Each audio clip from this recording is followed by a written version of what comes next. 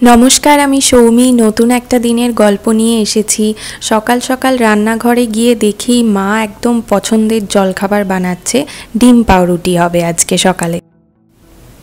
দুটো ডিমের মধ্যে পেঁয়াজ কুচি, লঙ্কা কুচি, নুন দেওয়া হয়েছে, আর এখন মা দিয়ে দিল অল্প দুধ যাতে নরম হয়। ডিমটা ভালো করে ফেটিয়ে নিচ্ছে। ওই দেখো, ফ্রাইং প্যানে তেল গরম করতে দেওয়া হয়েছে, আর পাশে পাউরুটি লম্বা করে কেটে রাখা আছে।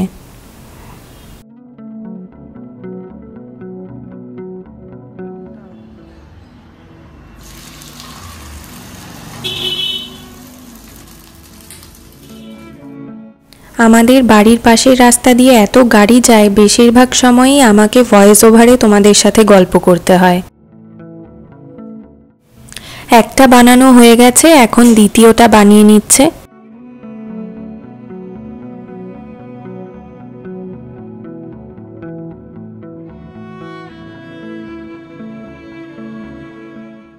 পছন্দের জলখাবার তৈরি। মা আমার খাবার নিয়েও এসেছে, আমি সস দিয়ে খাবো। চলো তাহলে খেয়ে নিই।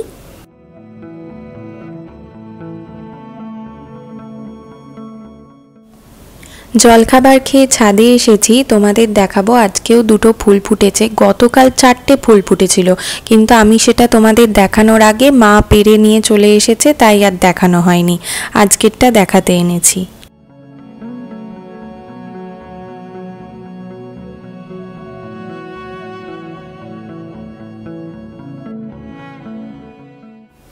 আমি গোটা গাছে খুঁজেছি আরও ফুল আছে কিনা, দেখলাম না, মাত্র দুটোই ফুটেছে আজকে। শীতকালে আমার কারি পাতার গাছটা প্রায় মরেই গেছিল, গরমকালে আবার একটু তরতাজা হয়ে উঠেছে। আর পাশে আমার জবা ফুলের গাছটা দেখো, কত সুন্দর সবুজ পাতাগুলো, অথচ একটাও ফুল ফোটে না। ফুল ফোটানোর জন্য কি করব একটু জানিও তো। ছাদ থেকে নিচে এসে মা বলল এই কাঁচা আমটা একটু গ্রেট করে দিতে। প্রথমে গ্রেট করতে একটু অসুবিধা হচ্ছিল, পরে পেরেছি। আমের চাটনি বানানো হবে।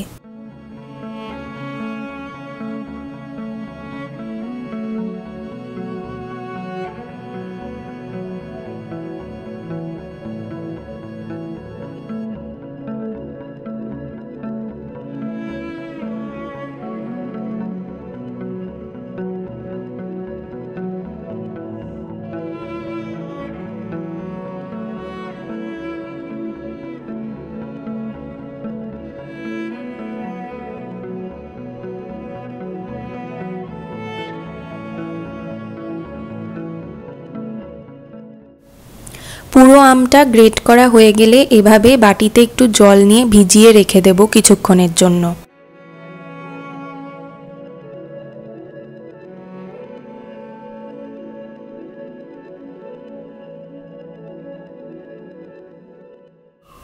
কিছুক্ষণ পর জল আর আম ছেঁকে আলাদা করে নিতে হবে।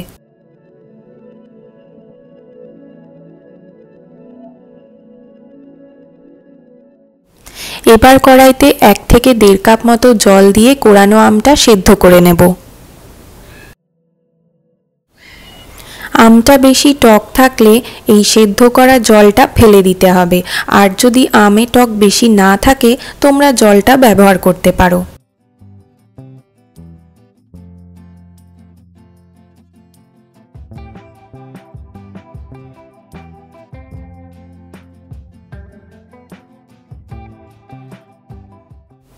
এরপর সেই একই কড়াইতে আরও 1 কাপ মতো জল দিয়ে দিতে হবে। জলটা ফুটে ওঠার জন্য অপেক্ষা করছে, আর মা পাশে মাছ ভাজছে।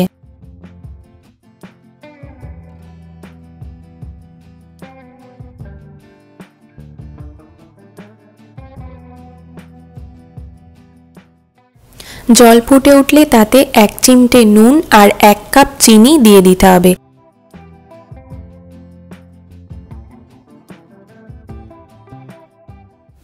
চিনি গলে যাওয়ার পর আগে থেকে সেদ্ধ করা আম দিয়ে দেব।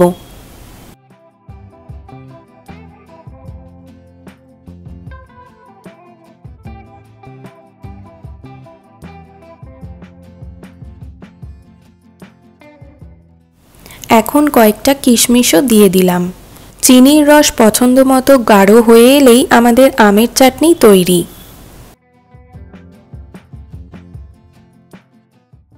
আমরা এখানে আমের চাটনিটা একটু পাতলা রেখেছি, তোমরা তোমাদের পছন্দ মতো পাতলাও রাখতে পারো, আবার বেশি গাঢ়ও করে নিতে পারো।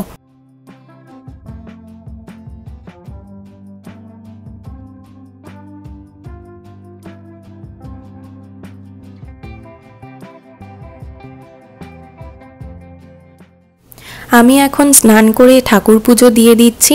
দেখো, তোমাদেরকে একটু শেয়ার করলাম ঠাকুর পুজোটা।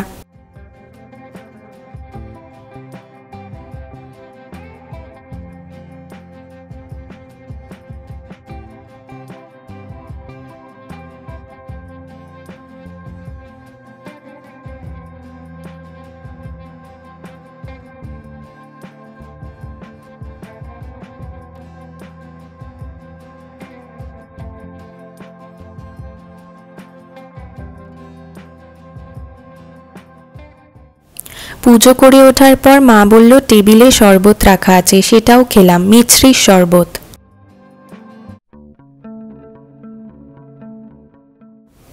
সন্ধেবেলায় বেরিয়েছিলাম, সেই রাস্তাটা তোমাদের একটু দেখাই।